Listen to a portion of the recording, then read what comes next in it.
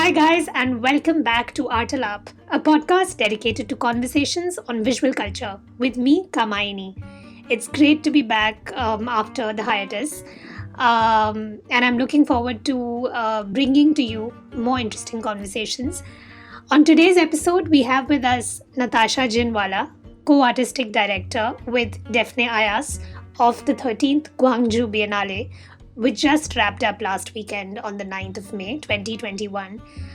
For those who may not know, a biennale is a global, periodic, usually mounted every 2 years, as the term suggests, exhibition of contemporary art that is usually deeply embedded in the historical context of its location. I'm sure the Gwangju Biennale in South Korea is one of the most important such events in the international and definitely Asian art calendar. Begun in 1995, the Biennale has a radical history.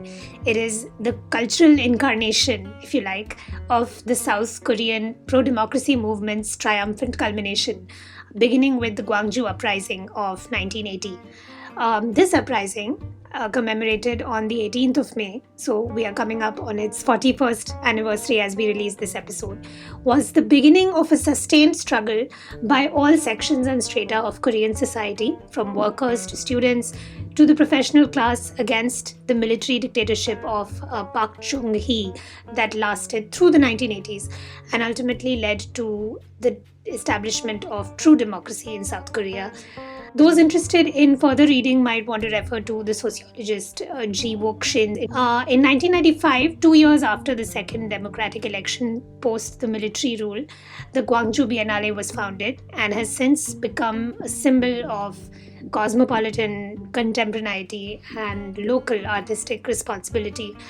The late great curator Okwei Enwezor, who curated the 7th edition in 2008, wrote a great essay on the Gwangju experience in which he discusses the way in which its historic and civic mandate infuses the Biennale spectacle, which, as we know, is inextricable from international capital, with a sort of revolutionary fervor.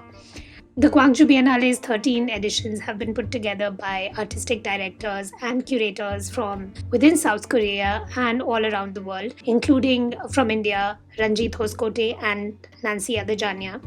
Coming back to the Gwangju Biennale's latest edition, about which Natasha will speak to us, it was originally scheduled for 2020, but the COVID-19 pandemic caused it to be pushed to March-May 2021. Featuring artworks from around the world, as is expected of a biennale, that explored a series of ideas in depth and diversity. It wrapped up just this past weekend on the 9th of May. It continues to have an online presence and a guidebook for those interested in experiencing it. You can go to gwangjubiennale.org, and of course there is an archive of its presence on social media platforms. Apart from the exhibition itself, other aspects of the Biennale that Natasha and I refer to in this conversation are the public program called Rising to the Surface, its sort of editorial program called Minds Rising, which is a journal, and it's an online journal, and a feminism reader titled Stronger Than Bone. Themed Minds Rising, Spirits Tuning, the 13th Gwangju Biennale's conceptual framework has drawn on philosophies of intelligence, technology, and indigenous feminism.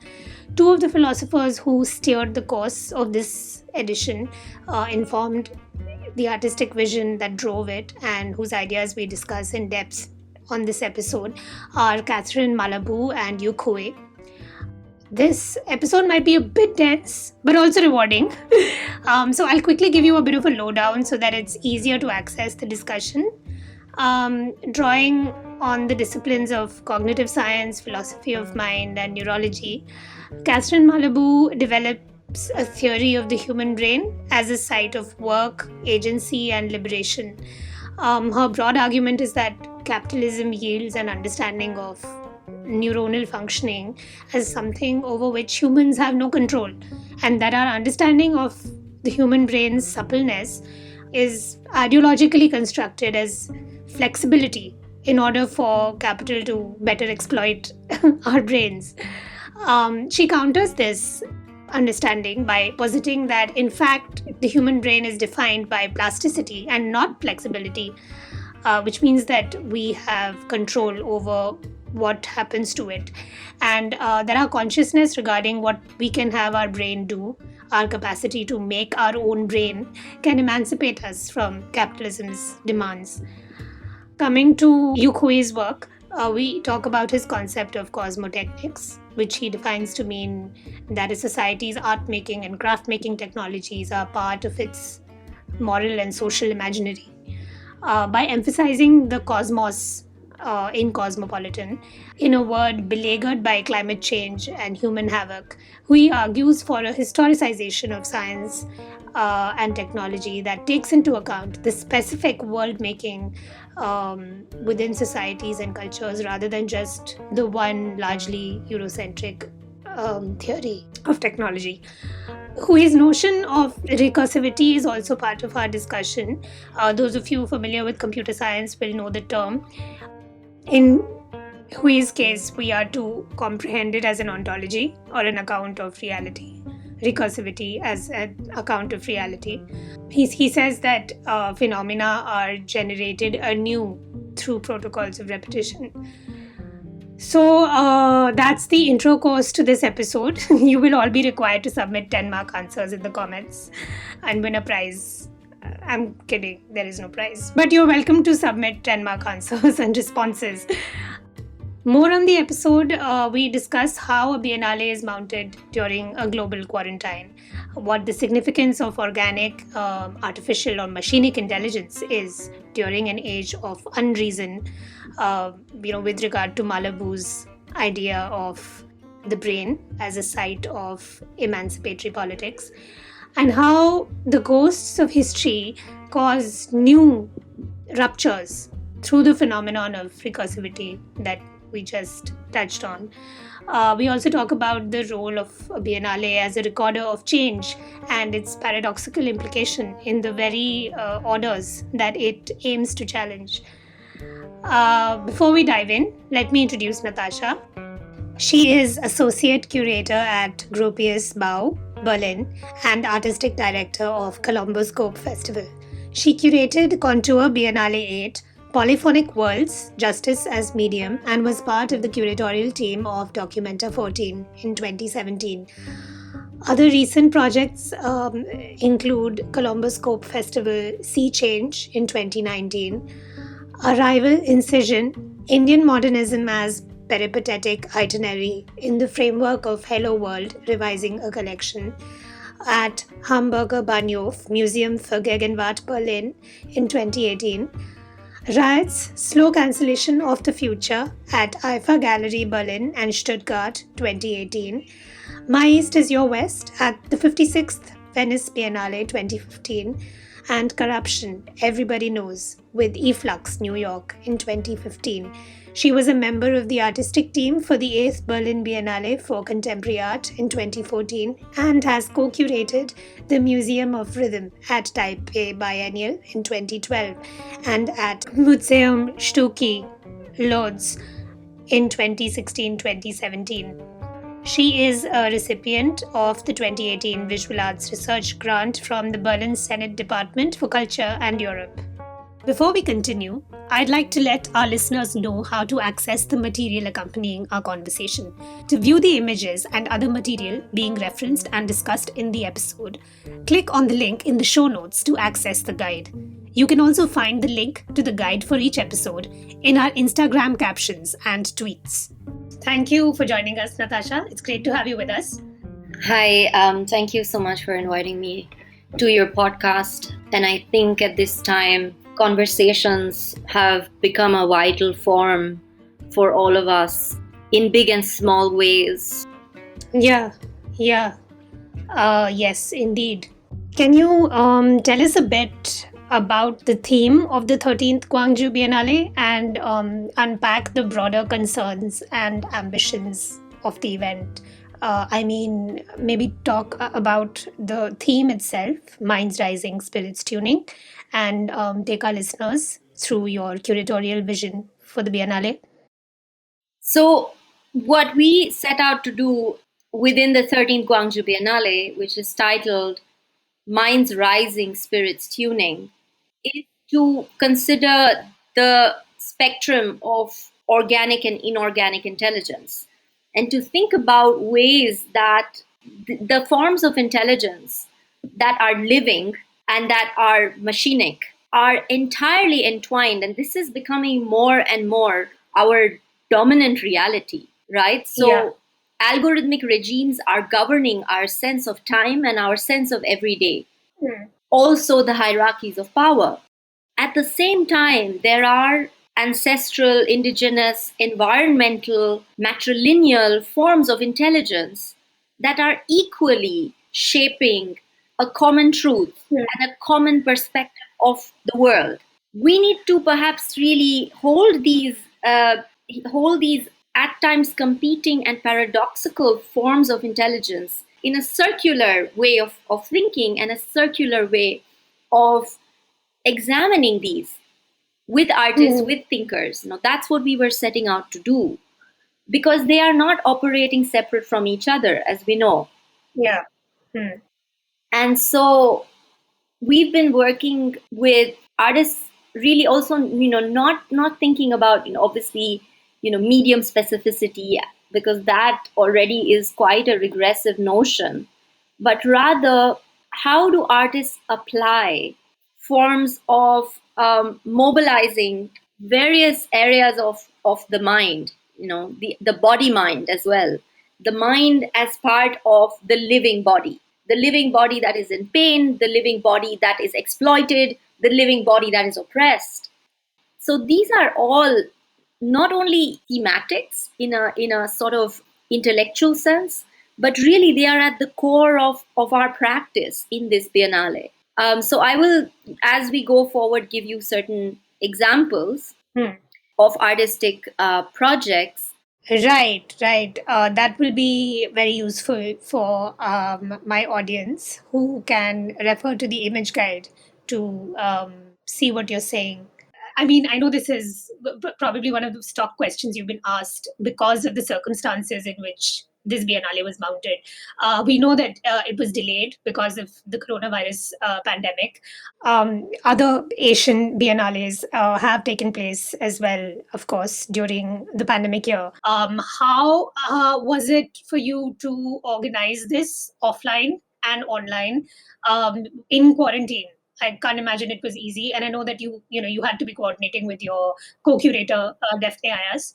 So tell us a little bit about that. I think there is a lot at stake in terms of collective cultural production and collective cultural thought that resonates in a singular way, really, through what is a pandemic reality and its manifestations. So, firstly, I just want to preface with that factor of really the aspect that curators are meant to be, in a way, caretakers, and that, of course, is a word that comes with a lot of responsibility and a lot of weight. And perhaps at this point, definitely curators are not at the front lines and are not primary caregivers or caretakers in that literal way that the term kind of holds you to that responsibility. The Gwangju Biennale is one among other responsibilities that I have undertaken collectively over the last 2 years.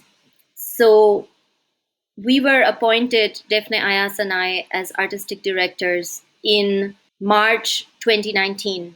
And so we've really had a full 2 years to bring this project to audiences, physically and also via digital channels.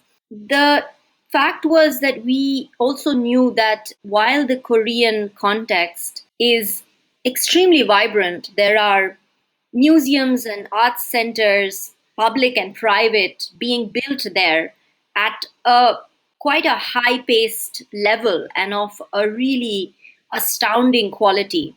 However, it is also an extremely patriarchal and bureaucratic structure as a nation and as a biennial foundation to work within.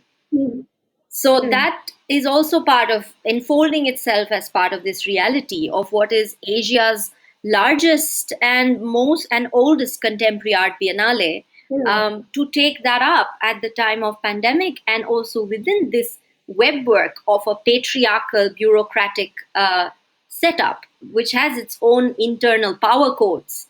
So really, as a director, one is not working only with artistic content, but also what it means to really deal with these temporalities, these sensibilities, and the infrastructure that it needs to endure through this time of 2 years.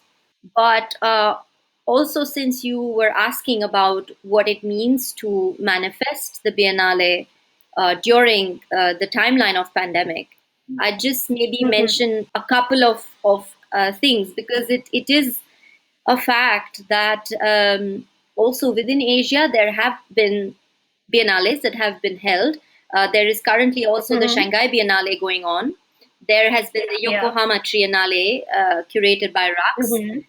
There has been also the Taipei Biennale co-curated with Bruno Latour and a team. So we are not the only ones, and in that sense we are constantly learning and adapting with each other.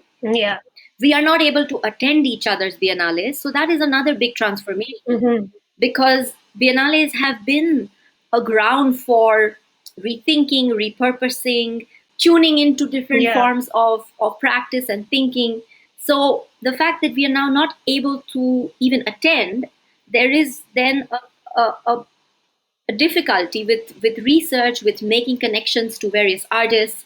So while it was a luxury also to be jet setting and visiting biennales, it also has been a form of study, a form of collectivity.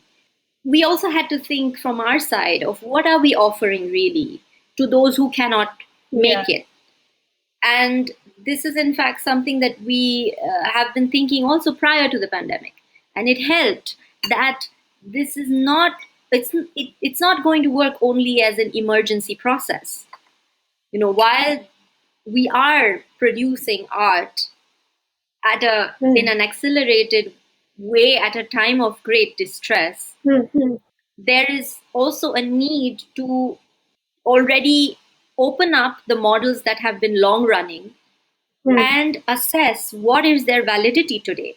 How do they continue to be in a global engagement also beyond the art world coordinates?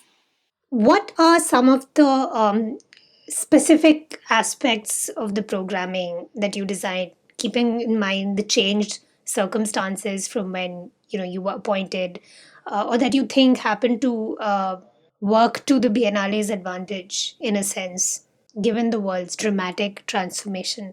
With Gwangju, it has in fact been very much about having a civic mandate.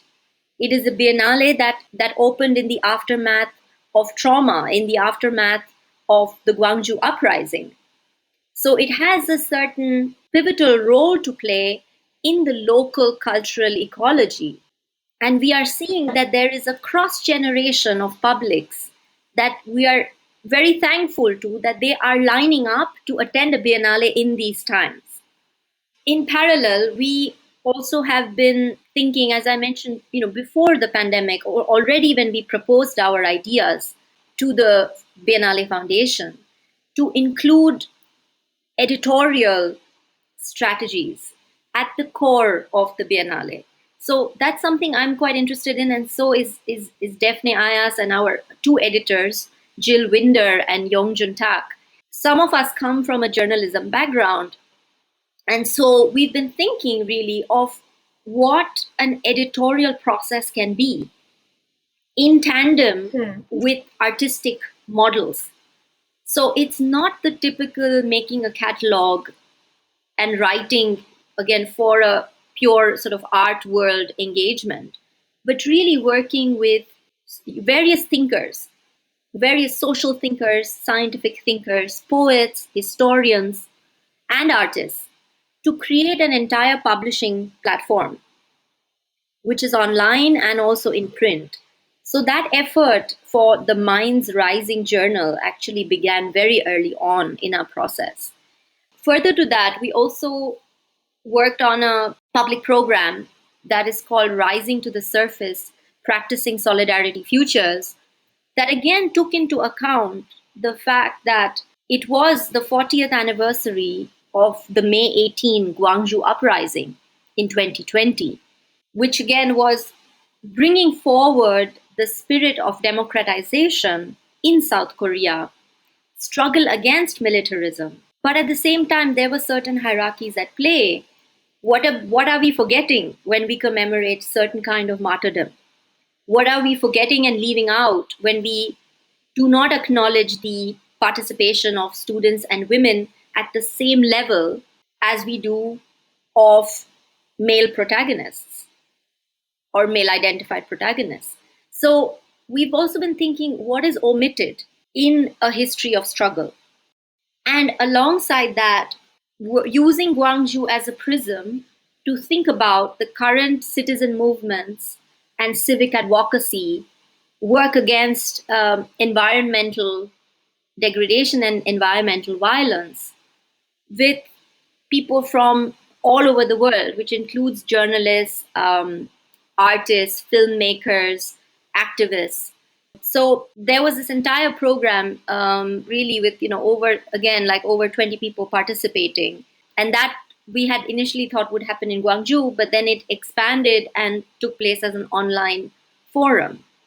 And in that, again, we were also thinking very much about digital labor and algorithmic asymmetries, algorithmic violence, which again is something we're looking at. It's rampant, right? We know what it means when news feeds and social media feeds are censored, almost to the level that it's equal. No, so the fact that a citizen can be seen as an antagonist to the state in the very same way that a reputed journalist can be seen. And the speed at which the state responds is also extremely quick and simultaneous. So we've been interested in all of those aspects, which are affecting many parts of the globe, not just India, and have been looking into this as well. So it's not a biennale that is operating in exclusion to these troubling realities, but very much thinking about an embedded approach and foregrounding that embedded approach while taking its own timeline, as a resource as much as a challenge. Right. I think it's really interesting because you kind of given us like a very broad survey of the processes and infrastructural aspects of the Biennale, and the fact that it was an endeavor that has lasted for almost 2 years now. And that's interesting because it sort of began before the pandemic struck, and in some ways, it's marked the transition from the so-called before time to the current situation.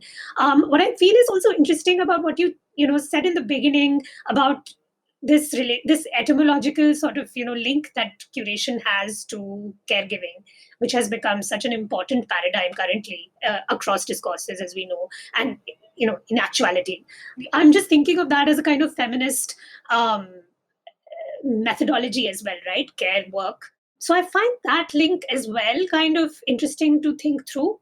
Curation as a fundamentally feminist act, not in a reductive or essentialist sense, just in the sense of caregiving being something that we associate with progressive politics. So I think that struck me as interesting also because I was trying to work, imagine your own, your and Defne's, advancement through these 2 years of developing this, and then actually being in the middle of something that makes it so relevant, makes this approach, this methodology, this kind of vision so relevant, so opportune in a sense. There's a certain, this what you spoke about with regard to algorithmic violence. The pandemic has also created a situation in which the digital or the algorithmic as a form of intelligence in terms of the inorganic, non-human, or artificial mind or machinic intelligence has become a source of attention and care in a way that was obscured prior to this. We know that, I mean, there's a certain kind of economy of violence, and especially exploitative labor practices that is embedded in, this kind of flattening of life, to quote, right? Whether it's the example of gig economies or similar kinds of, precarious labor forms which operate through apps. But during the pandemic, you also find that the algorithm has become a way to connect, to call upon, say, aid, community resources, and support. Look at what's happening in India right now. It's entirely because of social media that the people of this country are being able to function. The government has abdicated responsibility. We are living in some kind of bizarre oxymoronic, state enabled anarchist dystopia. And this is obviously just citizens who are on the privileged side of the digital divide, who have access to social media technologies. So, and anarchism, as we know, has this kind of history of mutual aid, community support networks. So, do you want to talk a little bit about that and how, for instance, the Biennale happening at this time, mirroring all of these events that you could not have predicted at the time of conceptualizing it? How would you kind of, speak to this? So, just to start with, I wanted to share that as part of the Biennale publishing program, we have in fact worked on a feminisms reader, which is called Stronger Than Bone. And it is published with Archive Books in Berlin, which is an independent feminist press, and the Gwangju Biennale Foundation as well. So, what we felt was that even in the kind of writing that is circulating as part of current feminist language and positions, there felt for us a certain lack, especially when bringing forth interdisciplinary and cross-generational positions that can also institute a way of being together, as cultural practitioners. There is often this sort of academic versus activist divide. And we felt that it was extremely important to present a set of positions that, for instance, include the Afro-Brazilian feminist leader and philosopher Djamila Ribeiro, with somebody like, for instance, Uti Pieski and Eva Christina Harlan, who are a Sami artist and archaeologist duo who have been working on matrilineal approaches to culture, ecology, archaeology, and their contribution of what has been obscured and oppressed by Nordic colonization, by the so-called welfare state, as is idealized coming from the Scandinavian context. So really cutting across geopolitical timelines and geopolitical hemispheres. And so there's that. And there's also, somebody like Maya Indira Ganesh, who's a technology scholar and researcher, who's been thinking about AI in the most incredible ways. Also really questioning what is AI and why is AI in the macro setup such a toxic hierarchical system in which there's still Silicon Valley effect that filters down to the most intimate levels of the feminine body or the non-binary body. So really kind of thinking about technology and flesh, or AI impacting, at that deep level, aspects of sexuality and sexual relations. Many, many things like this, So I really feel that it's not a naive kind of engagement with these very formative questions of our times. It's more about ways that for us, it feels that, there is a resource being generated and that resource has an afterlife.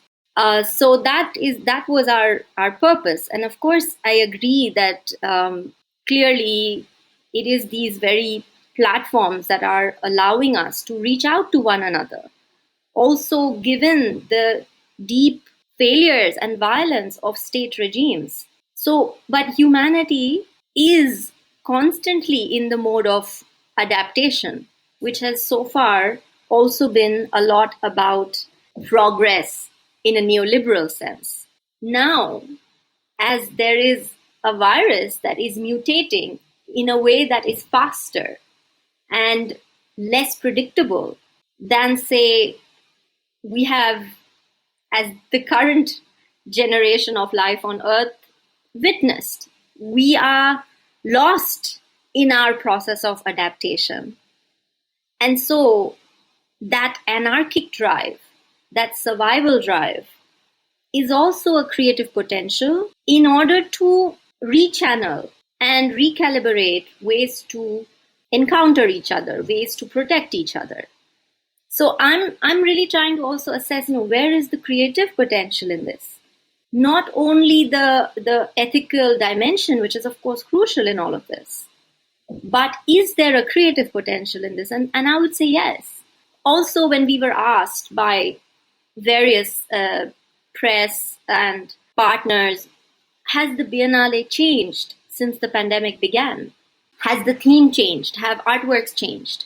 And we would say everything has changed. So clearly, it is not like, oh, let's give a new title to this.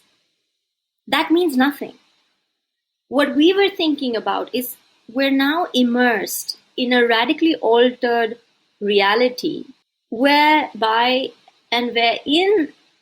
artists, among other practitioners, are continuing to find purpose in their act of making. What we have provided is an invitation and is a structure in which there was constant dialogue. And in fact, in many ways, we felt that the projects that were already on their way to manifesting started to become more and more urgent, more and more complex in what they were seeking to realize. And in certain ways, also, the pandemic reality entered into the work. So in the case of one of the filmmakers, Korakrit Arunandanchai, his film Songs for Dying is very much also bringing together the protests in Thailand, the passing on of his grandfather, the enduring trauma in Jeju Island in Korea that suffered militarism and a massacre. What are the processes of remembering and commemorating? Bringing in stories from mythology, from ancestral narratives that allow that circuit of life and death to manifest in much more complex ways, in ways that truth of the time cycle is beyond the accelerated life cycle as we know it now. And in this time also, we were criticized for it from some parts because we were bringing in a lot of indigenous knowledge and practices on their own terms, bringing in Korean shamanic cultural artifacts, relics, documents, really bringing in popular visual culture, inseparable from the contemporary art on view, but intersecting with those vocabularies, intersecting with one another. And of course, there were a lot of questions, but we took on those questions from a space of wanting to engage deeper, because these are unresolved aspects to also our practice. And that is, in our belief, what a Biennale needs to do. It needs to also create a sort of dynamic momentum for unresolved questions and unresolved possibilities, and see what unfolds. So there is an element of intuition, of chance, and of risk in the exercise itself. Very Badu of us. But yeah, I mean, I was also I sort of I'm hearing you talk about all of these possibilities and a certain kind of optimism as well. I'm reminded of that quote from Yuk Hui's lecture that was part of the Biennale's online programming. I think on incomputability and incalculability. He talks about recursivity, which is a concept that he's, as we know, worked on for a long time. And he said something really interesting. And it sort of, when you were talking about the life of the sort of the generative possibilities of the Biennale, I was reminded of that. He said that the world is a recursive algorithm, and each organism is a unique genetic expression of the same process. His claim is basically that it's a sort of counter to linear ideas of discrete repetition, and he's talking about this kind of this risk that you mentioned, or this contingency, this happenstance, this novelty being incorporated by the recursive logic of at least his account of the world, his metaphysics. And I thought that's it sort of also made me think of you and Defne. Both of you belong to contexts that are currently facing, or have been facing for many years now, extreme forms of authoritarianism. Turkey and India both. And authoritarianism that is rooted in recovering a mythical, made up past, invented past, whether that's the pre Islamic Hindu period, or in the case of India, or the pre Republic Ottoman period in the case of Turkey. Is sort of, and a perverse sort of looping is happening here as well. How do you kind of think of recursivity as something that is both, again, full of hope and optimism, as a condition that can rise to the occasion of the new, and at the same time there's this strange kind of regressive thrust that also seems to be part of it. And I'm asking this also in the context of the Biennale, and maybe you'll talk about specific works, because of the fact that it seems like the region as a whole is undergoing this, whether it's Myanmar, whether it's Thailand, as you mentioned, is experiencing or undergoing this recursive trauma almost. So do you want to just talk about that? Yeah, sure. I mean, the context that we particularly come from are undergoing great turmoil, and the fact that this turmoil is also a circulation. It's not static. It's a condition of such extreme flux that it also shatters some of the predestined tentacles of oppression. It overturns those as well. So the question of how much suffering is to be endured and by whom, I think, is an essential one to pose, because one also comes from a place where there is a safe distance to an extent, and that distance, of course, can in a moment be done away with, and you can be at the front lines of vulnerability. But I still feel that as a curator, one is an organizer of perspectives, positions, ways of life, not only the exhibition. And so in that sense, recursivity, or that grand circulation that takes account of the unpredictability, the various interruptive feedback, but also the kind of dynamics of distance and proximity. That's the kind of recursivity that I think Yuk Hui talks about, because he's also thinking about technology as embedded with a worldview and views of the world to come that then takes us to culture. And that's why cosmotechnics also relies on cultural being and cultural vocabularies, not only looking at technology as a singularity. And so within that are, again, algorithms, but also within that is climate change, within that is synthetic biology. Now, there's so many forces acting on and with the human. And so I'm not coming at this from a sense of pure optimism by any means, but simply trying to join many pursuits in observation, because I think in a sense, artists are incredible observers of their time. And that's also why they can shuttle between history and speculative futures, outpouring of perspectives that can be launched in a biennale is of some use today. If we felt that there was no use for what we were doing, we could have called it to a halt. We could have halfway, when the first postponement happened, we could have talked to the team and the artists and the city and found a negotiation to bring this to a pause.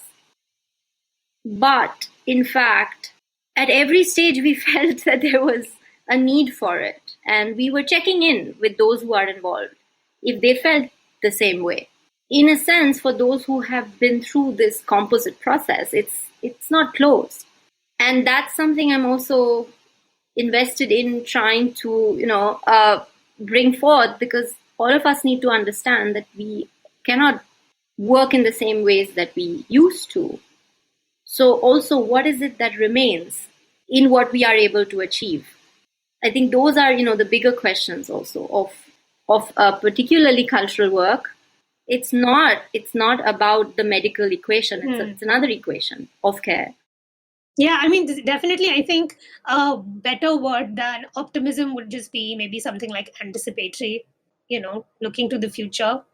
I think that what's also interesting to me in terms of the thematic concerns of the Biennale was this interest in intelligence and consciousness. And, we've been talking about it to some extent thus far, but what precisely drew you to the discourses of intelligence and consciousness, especially in this sense of in this kind of with this meaning of sensus communis?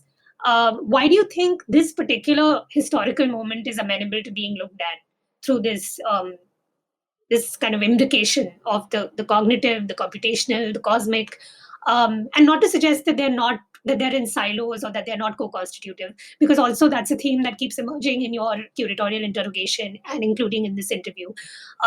You spoke about affect, and I think that that's one of the things that's that sort of, I mean, this dynamic between the affective and the rational, I mean, very crudely put, is kind of so much at the heart of the rise of, let's say, illiberalism currently in the world, right? How do you appeal to intelligence and reason at a moment when they both seem to be divorced from the community making or the sort of life practices around the world? And I think also because you cite a philosopher like Catherine Malabou, who sort of is arguing for an emancipatory vision by locating that emancipation in the brain, in sort of in the neural processes of the human mind. So I find that's it's a kind of provocative challenge to take up. The first drive towards working on the question of intelligence came also from thinking about the workings of Korean society, where there is a sort of techno-utopia and a fast-growing economy that is supported by AI visions and AI's seemingly elastic capacities. But at the same time, there is also a place for superstition, there's a deep history of missionary practices of religion, there is shamanism, there is spiritual cosmologies, the mountain river landscape that determines the life capacity of this island nation. And so we felt that to really harness these fields of intelligence in non-binary ways, to really understand the transactions between and the tensions between these forms of intelligence and of the communal mind, histories of consciousness that have been left out, histories of consciousness that have been written out. This again was obviously before the pandemic, but we did feel the need to address these facets, knowing that the Biennale is that common ground of inquiry in which we can make a start. So it's not about grand claims and a conclusion at all, but as accomplices and fellow companions, we obviously did consult people like Catherine Malabou or Maya Indira Ganesh or Yuk Hui, Matteo Pasquinelli, all coming from very different positions actually in their own work. So even there are contrasts to what each of them bring. And it is not therefore about one view on inorganic or machinic intelligence. It is in fact about views that also are kind of counter claims and counter productions for us. And we did pick up on Malabou's, what shall we do with our brain? Defne gave me that book really at the beginning of the writing our proposal. So when thinking about the extended mind, we were referring to her approach around neuroplasticity. Again, the fact that the brain is not a given. The brain is constantly rewriting its codes through various forms of experience and stimulus. That's kind of recursive too. Yeah.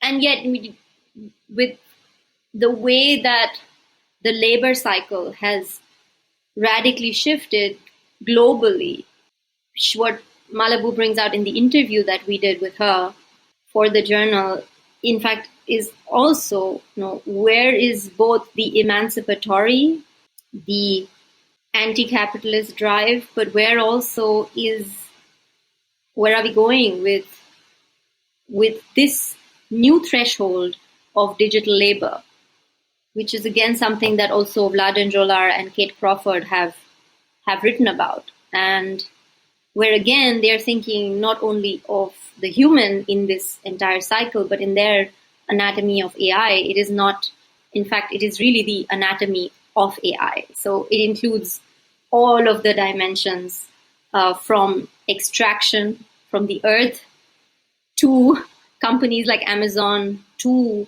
the human user. And that is, in fact, what a full anatomy is for them. So I think there's these many different ways in which we have opened up the question, and we are somehow also receptors in the sense of really receiving and analyzing at the same time this kind of massive flow of information that has been coming to us from artists, from writers, as part of the process. Yeah. And I think that, we've been talking about this anti-capitalist drive throughout this conversation in various ways, in various formulations. What really resonated with me about Malabou's thesis was when she talks about the slippage between flexibility and plasticity, contrasting flexibility as a state that merely takes form and plasticity as a state that both takes and imparts form.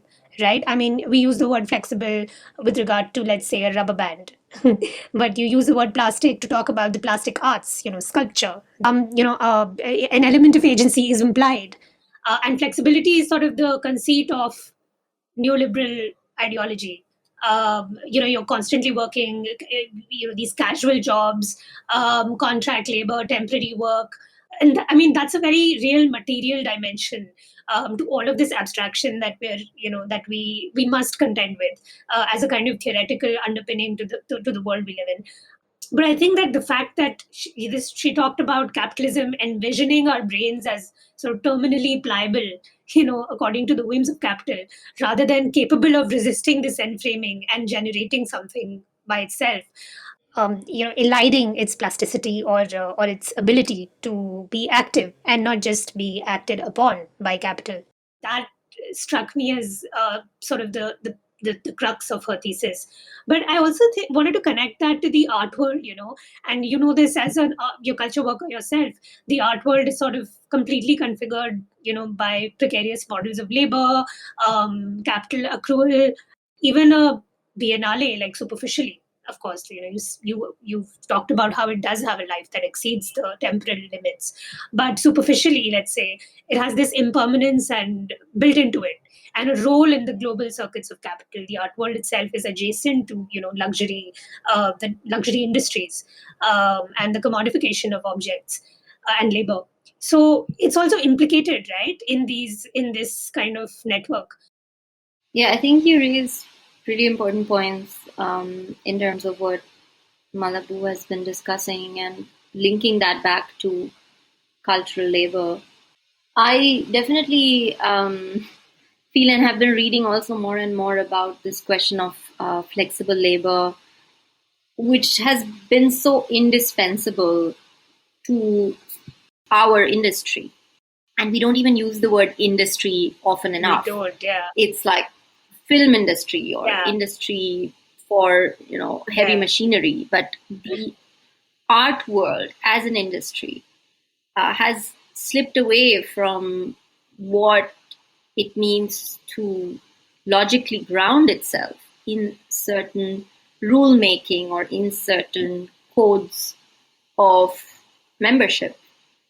A lot of it is about affiliation. Those aspects also play into the demands for a continuous flexibility, for a continuous supply of newness, also in art making and art theory, less about a horizontal engagement across the many sectors of the arts community. So there is a centralization of what is trendy, what is in demand, who is in demand based on also where they are at in terms of their social profile. So these are all extremely important aspects to address from within the arts industry. So the part of flexible labor has been exploited massively, and in fact, as Malabou also is putting forward in her book, in really the first chapter, when one is conscious of the brain and conscious of the historicity of the brain, then there can also be a place for a radical emancipatory understanding of it. The endless flexibility is a myth, and it's a falsification of the mind's true nature or true role, at a biological and a social level. So if it comes to the point that flexibility is making us numb to the sensations, the predictions, the affective capacity, the capacity for complex thought, and then that's also what trauma does. And we need to ensure that this nexus between flexibility and trauma and the loss of that vibrant capacity of intelligence is not what we are succumbing to as cultural workers, sometimes without knowing it, or obviously also not out of our own choice. I really feel that for most of us, there's this way of really using so many different compartments of our brains simply because of the way in which our economies are divided. And those economies, it's really not the same for other professionals. But for us, it's a certain amount for writing what you love to write, a certain amount for doing the kind of smaller projects that truly nourish your brain and that are for your creative community and more sustainable perhaps in broader ways. And then also catering to another part of institutional domain of culture, whether it's a gallery or it's a patron or it's, a private museum, or if you're lucky, I don't know, a kind of public platform, depending on where you are in the world. So it's not that there are so many categorizations of one's field of action in other fields, in other professions, but the fields of action in our profession are so highly subdivided and at times even segregated. But on the surface, it's like, oh yeah, we're all allies and we are performing our labor in a communal sense. But the diversification of that labor is truly, truly intense, and it's spiraling outwards beyond our control. And so even this is something that, I think hasn't been written about enough. Also, when one thinks about curatorial practice or, kind of theorizing the role of the curator, this is very much left out in terms of, what is it that you're juggling and why? Yeah, and I think that hearing culture professionals and culture workers talk about their work in terms of money, in terms of all of these acts and activities that constitute the work itself is really important, right? I mean, there's no transparency about any of this. And I think just to kind of go back to Malabou as well and what you're saying, I mean, it's true, right? Like, I also think, how do you think about trauma when you sort of counter this kind of capitalist neuronal ideology, as she calls it? How do you think of a post-traumatic mind? How do you think of a non-traumatized mind? I feel like if you look at this, the generations of people who are actually operating as workers right now, nobody is without trauma. So even to kind of have this paradigm of like the mind being a site of liberatory politics really makes you wonder, because you just can't imagine or envision that that a mind that is not traumatized, that is not in some way afflicted by neuronal capitalism. To paraphrase Mark Fisher, it's easier to imagine the end of the world than the end of capitalism. I mean, yeah, but I think art making for sure is a way of reflecting on that and also reorganizing all of these relationships, right? Political, social, and economic. Um, kind of go to move towards something sort of less dense. I thought I'd ask you a cliche question, but I think it's important to kind of understand the workings of a biennale. How did you select participants in this case? And since there were two of you, I mean, there are two different minds at work. So what were the criteria by which you conquered or resolved disagreements? We worked in a very horizontal way, also driven by our own contextual research. It was not obviously divided in the sense that Defne would, only introduce artists who she has previously worked with. We're both very committed to really looking at the networks that we had yet to tap into, and the artists that we may have done studio visits with years before. So we're really looking at an expansive way of exchanging with each other from various periods of our practice. And so, for instance, I had the opportunity in 2016 to go to Haiti and other parts of the Caribbean on a residency. And that would obviously not be possible in 2020. And so I was really drawing from that experience and sharing, a few of the artists that I encountered there. And that's how the painter Gerard Fortuné, who's a practitioner also who drew actively on voodoo and Afro-Haitian ritual, but also bringing in these syncretic perspectives in relation to political life in Haiti in ironic ways. This happened to, come to the table. And then there's also several practitioners, especially in the field of performance and live art, who Defne has come to know, few she has worked with, but many who she has never worked with before were also introduced to us. And we really thought of new approaches to engaging them, and especially due to the pandemic. What does it mean to involve performance-based practices? And sometimes, in the case of Cecilia Bongolea, for instance, who worked very closely with Defne and Davide Quadrio, our producer, to engage a group of kids who were practicing Taekyon, which is a Korean martial arts technique. And she was instructing them from a distance because she couldn't travel. And they were integrated into a procession that was taking place live in physical form at the Biennale. So the Biennale became a kind of a set and a playground and a field of mobility through that action.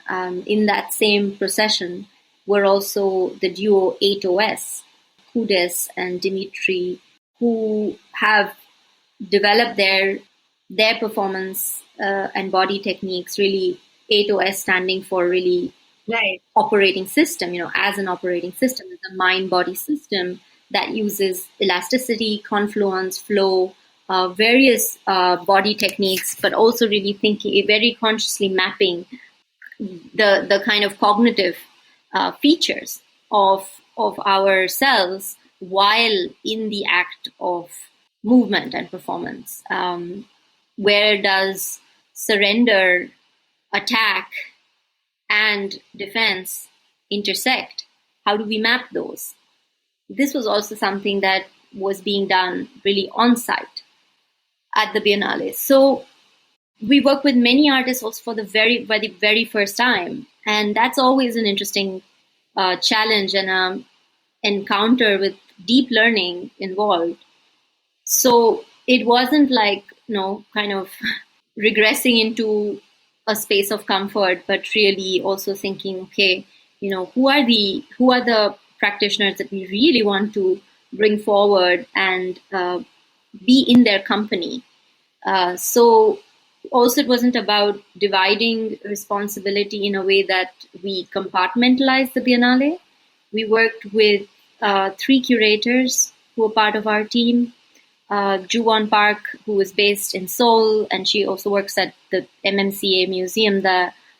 Cristina Honia and Michelangelo Corsaro are both based in Berlin, and were really key to also, throughout this challenging period, being really connected to the artist's kind of innate sense of how they wanted to deliver their projects. And also for us to then install without them on the ground, which is a first for all of us. Right. Yeah, that's kind of what I was also interested in, because you're kind of doing this thing where you're operating across multiple time zones, geographies, and having to kind of coordinate virtual and actual processes and procedures, right? And I imagine that has its own kind of logistical challenges as well, because it's just, there's so much involved. So that I wanted to ask if there was any work that was particularly tough to kind of mount once, the pandemic hit. Like you were really excited about it, but then you realized that, oh, shit.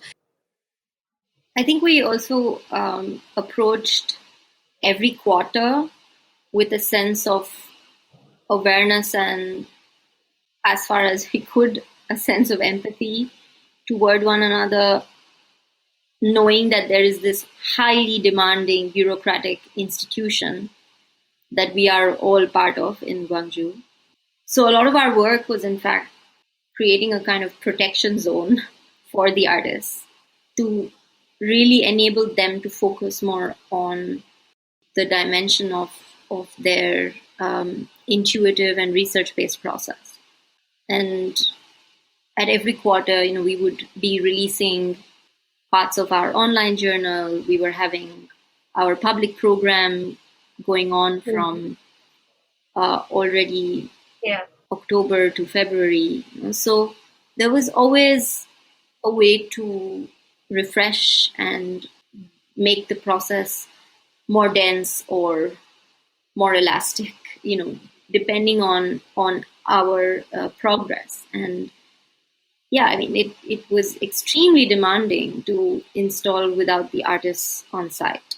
And they were very generous and open, also coming with a sense of trust, because it's quite painful to have made an artistic work through this time, and any case a sense of everyday alienation, and then be separated from your work and from the audience that witnesses it.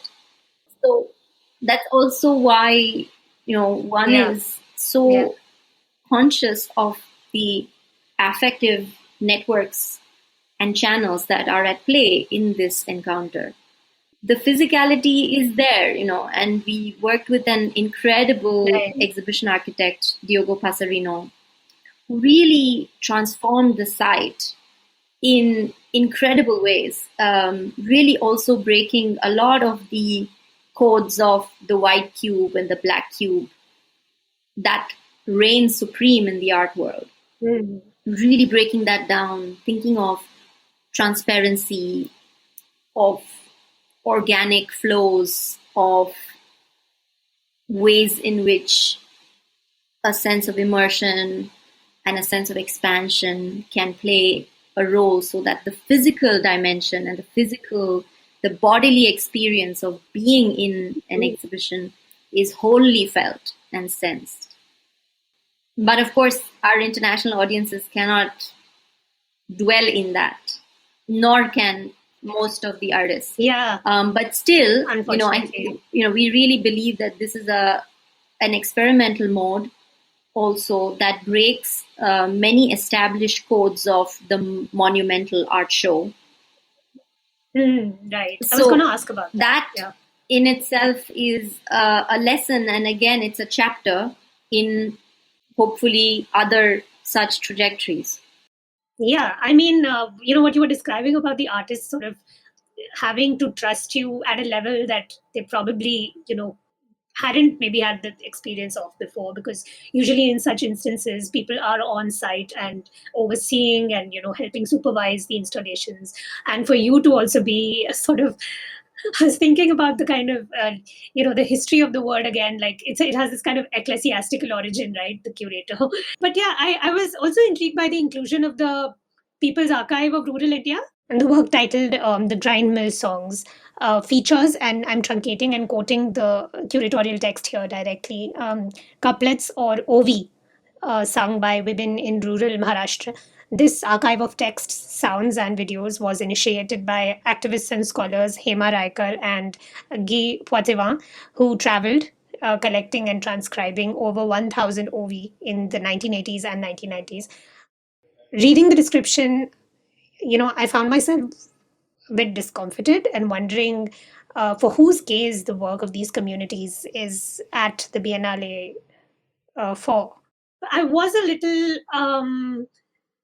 unsure about it as well, because I haven't had the chance to see it in person, but it sort of to me seemed like it may run the risk of museumizing an indigenous form, and to kind of go back to the cosmotechnics conversation, there's, to me, like, I'm always a little wary of this kind of essentialization or reduction to an object of indigenous or vernacular forms. And we know this also because we belong to societies where those ideas have been hijacked, in such bad faith and by dishonest actors. So I just wanted to kind of get your take on that. Sure. Like, that sort of critique. Thank you for bringing up the People's Archive of Rural India and the Grind Mill Songs project. So for me, Pari has been seminal and path-breaking in what they are achieving at the level of people's journalism and rural reportage. And this is a decentralized effort as far as there can be, really, I believe, because I did study journalism under several people, including P. Sainath. And so I, have been in touch with him since he founded Pari. So it's not kind of coming out of the blue. And also in terms of the grindmill songs, like many, I was looking at it through the website and through listening to SoundCloud, and it's also a living archive in the sense that the women involved have been consistently also, sought out, and they are in, some of them are in touch with Namita Vaikar, who's managing editor of Pari. She's constantly also in the process of translation, of categorization of this huge resource. So the point is that it has been talked about, it has been written about, the process is ongoing. It's not some kind of closed off chapter of Indian history. And therefore, the point is how to integrate it meaningfully within a biennale. In fact, they were very open and very excited about that possibility. And we did pay a lot of attention to how to create an architecture, in this case, again, with Diogo Passarino, which is a space for close listening, for the kind of attention that this project needs. And so we've created a kind of a circular space with also seats that have these kind of high circular, like almost like a little amphitheater seating, within the Biennale hall. And the songs are chosen and categorized by Namita very carefully, thinking about seasons, caste, family, dramas and hierarchies, cultivation issues and ecological precarity. And there's explanatory text. So it's very much, in fact, interpreting the logic of this archive from the ground up. And in fact, this also is a potential model of how to share it with communities in an analog sense, and hopefully with communities across India, so that it's not only staying at the level of the auditory, but there is a spatialization. And of course, Sainath has taken his early, photographic works and created, you can call them exhibits, but they're basically, taking them to the villages, to the communities, in extremely innovative display techniques and extremely light in terms of what it takes to carry these, not with the burden of cultural infrastructure that we sometimes rely on. So I'm interested in that process. I think if we don't take these risks, then we are just staying with the kind of art that is well established, well-trodden ways of working. And I'm not interested in purely maintaining those lines and divisions. Right. Yeah, and I think it's also a conversation worth having in relation to the discourse in India as well, from the mid-century onwards, with people like the relationship between the contemporary and the, and indigenous art forms, often sort of relegated to this category of folk. And even in critical writing and curatorial practice, we have people like K.G. Subramanian and onwards, that sort of tradition. So yes, you're right. It's important to kind of have these conversations, and in curatorial interventions to this effect as well. And on that note, thank you so much for joining us. I know that we won't be able to see, witness the Biennale in person, but I hope that it gives people a sense of what's possible with curatorial practice, especially at the scale and level of a Biennale, which is an important, node in the art world. So thank you again for talking to us. Thanks so much. When I went to the Gwangju Biennale 10 years ago, I had no idea that I would be involved in curating it. And also at GNU, when we had Raks talking about Manifesta, or when people like Vidya Shivdas and Ruth Noack were talking about Documenta, one had no idea that there would be real engagement with these kind of platforms. But I hope so much that some of these realignments also take place in the way that they should, and sometimes by also having the vision to, in a sense, break out, and just take that one step in a direction that is intuitive and might feel pretty much out of the ordinary and scary. Sometimes that is what it takes. So, yeah, thank you so much. I also wanted to mention that our Biennale guidebook is also available on the website for download. So there are specially written texts on all of the participants, as well as the journals. So these have been also our way of creating freely accessible resources to the publics who could not visit. And I would love to hear people's insights and inputs on some of these. So thank you. Thank you so much. Thank you for tuning in to Artalap with Natasha Ginwala, in which we discuss the 13th Gwangju Biennale 2020 on the eve of the 41st anniversary of the Gwangju Uprising that circumscribes it. If you enjoyed the podcast, please like and share the episode over social media. For more information and updates, you can follow us on Instagram at art.alap and on Twitter at RTALAAP.